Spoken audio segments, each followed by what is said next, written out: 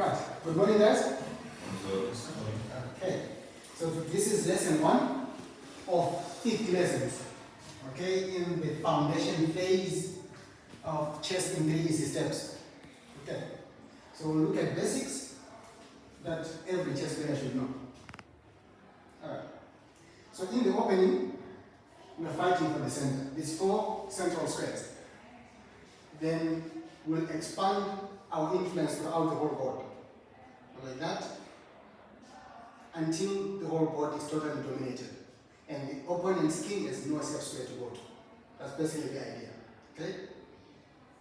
Why do we start in the center? If we place a knight there, which controls the least number of squares of all pieces, we'll see the knight will control 8 squares than on any other part of the board. That's why the central part of the board is important. So there are 3 ways of fighting for the center. The ideal center, placing 2 pawns on the center, or short range position of the center, where we fight for those central squares by placing a knight on c3 and a knight on f3, like on the screen. Also, we can place a bishop on g2 and another bishop on b2. Again, we're fighting for the 4 central squares. The best way to fight for the center is to have 2 pawns in the center, like this, which is the ideal center. This helps us because it prevents the opponent's pieces from being placed there, because that's where they control the most squares. Plus, we open up for the bishops and the queen. Okay? So, in the opening, we fight for the center, as I demonstrated, then we rapidly develop pieces. Okay? The main goal in the opening, central control, develop pieces, and reach castling as quick as possible. The opening is complete when one or both players have connected their rooks, like what we have here. The player who finishes development first gains the initiative. Initiative is basically the right to call the shots. Okay. Number 2, we develop knights before bishops. Why do we do this? Why do we develop knights before bishops? Okay? Look at this. In the opening, when we are fighting for the ideal center, we play pawn to e4. We open for the bishop and for the queen. A bishop, even undeveloped, as we have there, it influences play. It controls, it fights for this way and this other way. So it's already even undeveloped. A knight is a slow piece, it can only influence play when it is close to where the action is. So we try to place our pawns in the center, either pawn on d4 or pawn on d4. Again, this other bishop is open for, and the queen can also influence the center. That is why we develop knights first. So while bishops can control several squares from their original position, if there are no pawns obstructing their path, knights dominate only their neighbor squares and take longer to reach the opponent's field because they are less mobile. So in our fight to control the center, we must develop knights. So we fight for the center, we place our pawn on d4 and d4, we develop knights, bishops are already open, and then we cast. Either king side or queen side, and we move the queen and connect rooks. Opening is there. Simple, right? Okay, now we go to tactics. We'll be using Chess Tactics Pro. Last quarter, we were looking at easy puzzles. Now, we'll be doing intermediate puzzles. So this is intermediate puzzle number 1. Okay? When we are solving chess puzzles, tactics, we look at our checks, our captures, and our threats. Okay? I'll go to the demonstration board, then I'll explain this, the first puzzle. Here we go. So, here, the first thing to look at is how many checks do I have? The method we use is ICE. We identify how many checks we have, then captures, then threats. If none is beneficial, okay, first we identify, secondly, we calculate to see if it's beneficial or not. If it is beneficial, we execute. If it's not beneficial, we eliminate. So those are the stages. Here, how many checks do we have? With the queen, I've got 2 checks. Queen to f1. Okay, I also have, I come back, I also have knight to f3. I've got 2 checks. Now I have to calculate. Okay, I've identified my checks. There are only two. Now I calculate. What happens if I play those checks? Queen to F1, the rook can take, or the king can take, or the bishop can take. Is this beneficial to our position? No. Okay, so we look at the next check. Knight to F3 check. The knight can capture, or the bishop can capture. Is this beneficial to our position? No. Alright, so we go to the next best thing, which is captures. How many captures do we have? We've got queen to A2, we've got knight to D4. Okay? Of these captures, what happens, now we calculate what happens if I play them. Queen take A2, rook may capture, or queen will capture. Is this beneficial? No. No, we just lose our queen. If I take on D4, what happens? They are likely going to capture back. If they do this, I win a piece for free. I've won material. So this is beneficial for me. 3 points. Alright? Now let's go back to the position and see and solve it in chess tactics pro. Alright. Knight take D4, queen take a free piece. Done. Simple, right? Okay. Next position.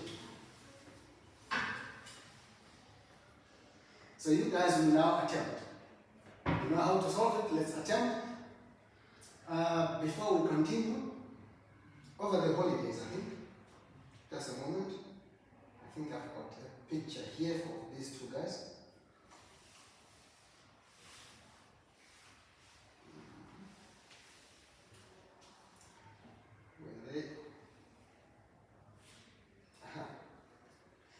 So I'd like us to give a round of applause to Michael and Luke, who won a gold medal for the UCT Maths competition. They placed 5th in grade 9 in the Western Cape. Congrats, Mike, coming up. You solved the first puzzle. Coming up, let's try this one.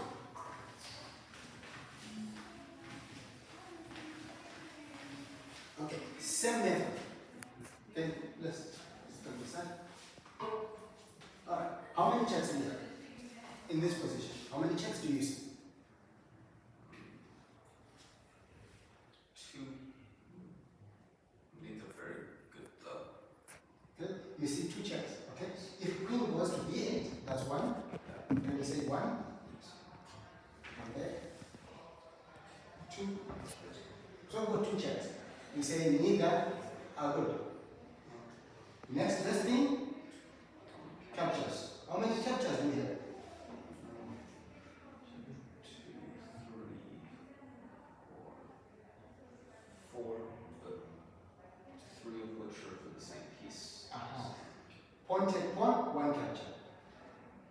Queen take pawn, the second capture. Queen take knight, another capture. Knight take pawn, another. So 4 captures.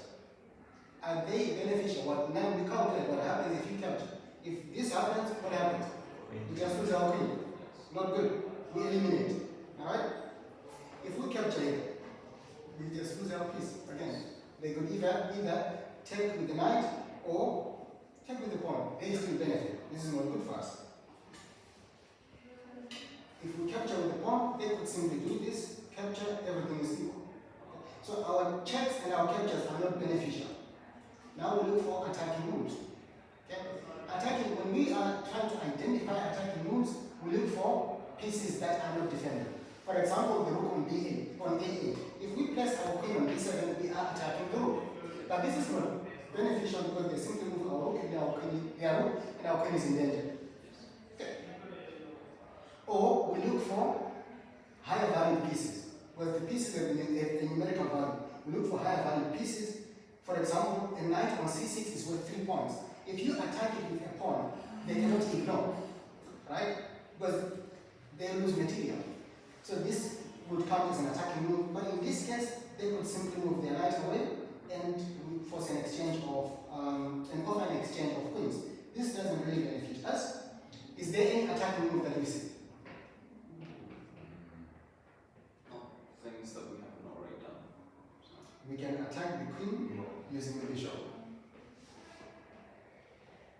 We go back, they have made a move.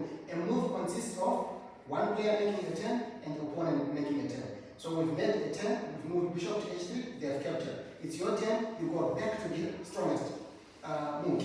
Captures. How many captures do we have in this position? Earlier we had only 2. How many do we have now?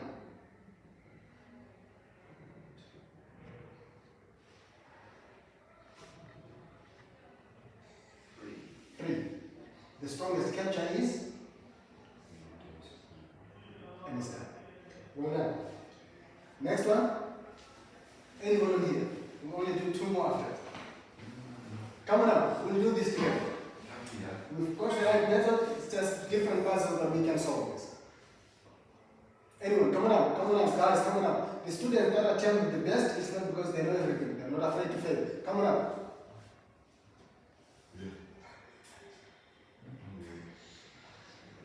Really, great man. Come on. Let's do this. Come on, we're doing this with you. Come on up.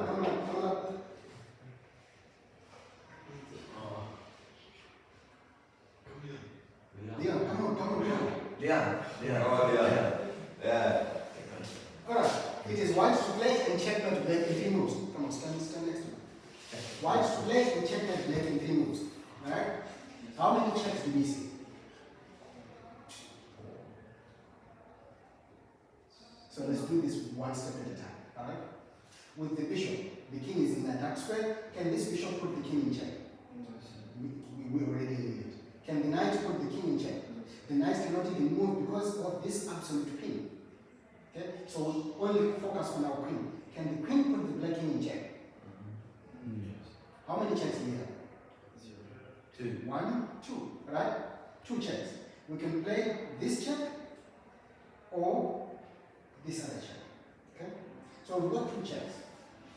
Of the 2 checks, which one is the best? One all the way like one. All the way. Like that. Now we come back again to the beginning. How many checks do we have in this position? 1. 2. Or 3. Calculate. We've got 1, we've got 2, we've got 3, we've got 4. Right? 4 checks. Of the 4 checks, which one is the best? The 4th one. The 4th one. No. 7. Queen on F3. Yeah. Okay. Now it is white to play. We're told it's white to play and checkmate black in 3 moves. We've already played 2 moves. So that means here is checkmate in 1. Can you see the final the move that delivers checkmate? Checkmate in 1 in this position. How many checks do we have?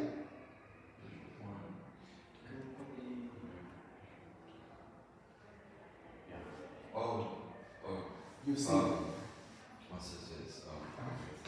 Come on up. So maybe you can move that the Bishop to Yeah. here. Yeah, Checkmate. because then if Well you done. choose. Good.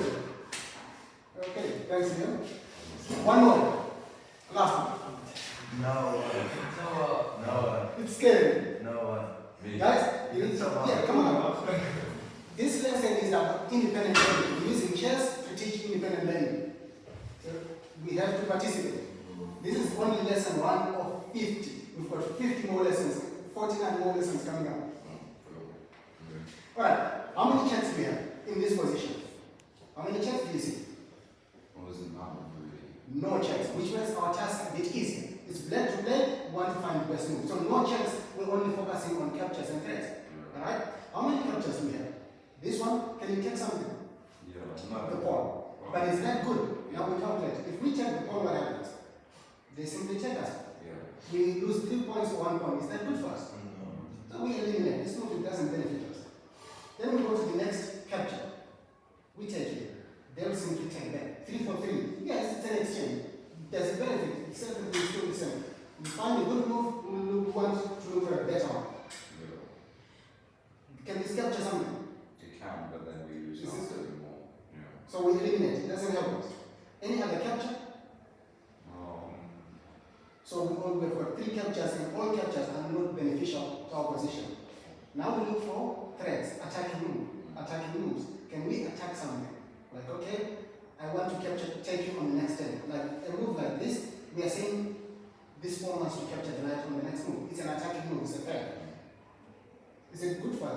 simple move sound. Or we look for higher value pieces that we can attack with lower value pieces of art. Yeah. Which ones are those? Well, we can do this one. We can try. cards. The knight, but the knight moves. Do we have any other attacking move? Apart from that, how many attacking moves do you guys see?